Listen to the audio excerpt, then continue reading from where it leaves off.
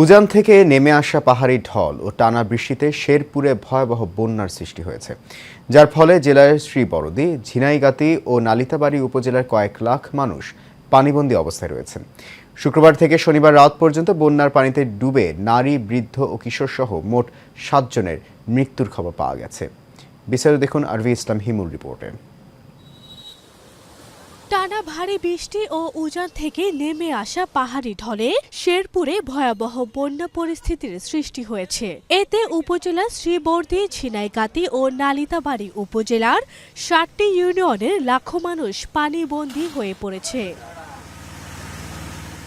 অন্যদিকে নেত্রকোনায় পাহাড়ি ঢলে জেলার প্রধান নদ নদীর পানি বৃদ্ধি অব্যাহত রয়েছে। বন্যার পানি বেড়ে ভেসে গেছে শত শত পুকুরের মাছ, কাঁচা ঘরবাড়ি, গাছগাছালি, গবাদি পশু, বিধ্বস্ত হয়েছে কয়েকটি মহাসড়ক সহ অসংখ্য গ্রামীণ কাঁচা পাকা সড়ক।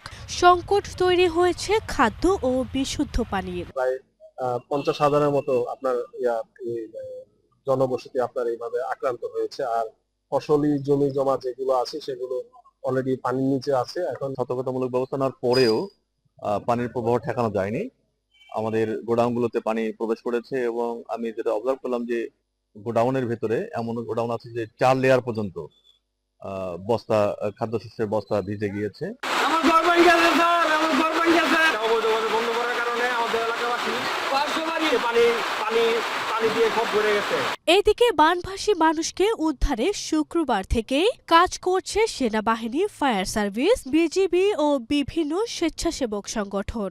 আমরা আশা করি যে আমাদের সম্মিলিত প্রচেষ্টায় বেশি ক্ষয়ক্ষতি ছাড়াই আমরা এই বন্যার যে আকস্মিক দুরবস্থা তৈরি হয়েছে মানুষের, এটা আমরা কাটিয়ে উঠতে পারবো। ফায়ার সার্ভিস এবং রেড ক্রিসেন্ট মাঠে কাজ করছে, রেস্কিউ টিম তারা কাজ করে যাচ্ছে।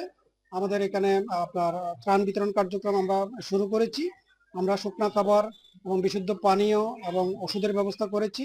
কৃষি বিভাগ জানায় বন্যার পানিতে অন্তত 20,000 হেক্টর আমন আবাদ এবং 1,500 হেক্টর সবজির আবাদ ক্ষতিগ্রস্ত হয়েছে। এতে 50,000-এরও বেশি কৃষক ক্ষতিগ্রস্ত হয়েছে বলে জানা গেছে। আরভি ইসলাম হিমু, এশিয়ান টেলিভিশন।